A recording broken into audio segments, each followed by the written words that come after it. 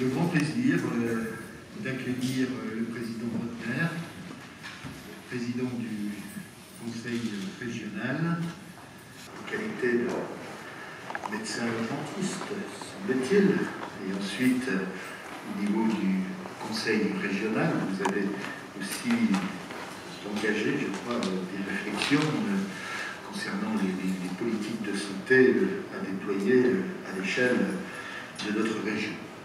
Nous traversons pour la deuxième fois une crise absolument conséquente et inédite dans notre pays.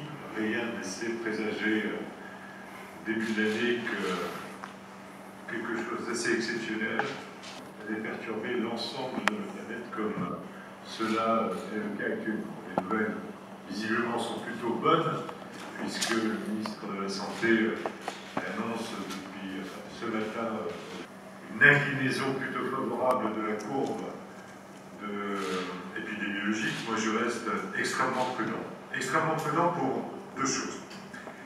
Je pense que, collectivement, nous avons peut-être raté quelque chose. Il me semble, je vous le livre comme ça, mais c'est une réflexion purement personnelle qui pourra peut-être faire débat. Dans la fameuse controverse que l'on entend aujourd'hui sur les commerces, et une des seules réponses apportées par les uns et les autres, c'est il faut moderniser, il faut numériser, bien sûr qu'il faut le faire.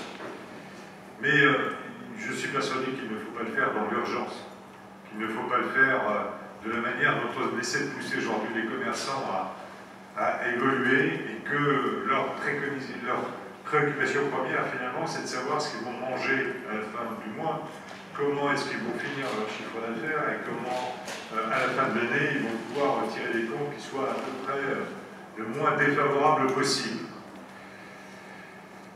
Bien, pendant cet été, nous aurions dû peut-être effectivement être plus vigilants et apporter juste ces éléments de modernisation, de numérisation, de transformation digitale, parce que c'est vrai, 32% d'entre eux uniquement sont numérisés. Un tiers d'entre eux uniquement disposent d'un stock aujourd'hui digital. C'est largement insuffisant, c'est clair. Et nous aurions dû être effectivement accompagnateurs de cette transformation, parce que la deuxième vague allait venir, nous le savions tous. Elle est venue peut-être plus rapidement pour des conditions météo, en raison de conditions météo, mais elle est arrivée. Et donc, la leçon de tout cela, c'est que nous avons toujours été en capacité de nous parler, François. Et nous l'avons encore été récemment entre la région et les présidents de conseils départementaux, dans une visio il y a moins de 10 jours, pour faire le point, pour savoir ce que nous pouvions déclencher, ce que nous pouvions enclencher. Et j'ai le sentiment que depuis cette crise, dans une vision partenariale, dans une vision justement d'arriver à faire du shortcut, à être beaucoup plus rapide, à parfois s'abstenir d'avoir recours éternellement aux normes, dans une administration quand même à la française qui devient plus que puissante et prédominante dans toutes nos décisions, et dans les décisions sanitaires en particulier, il faut que les territoires soient extrêmement inventifs et en capacité de se parler. Les épreuves que nous traversons, nous les traversons, mais que derrière cela, nous gagnons en compétitivité, en attractivité. Les Vosges en sont un exemple exceptionnel.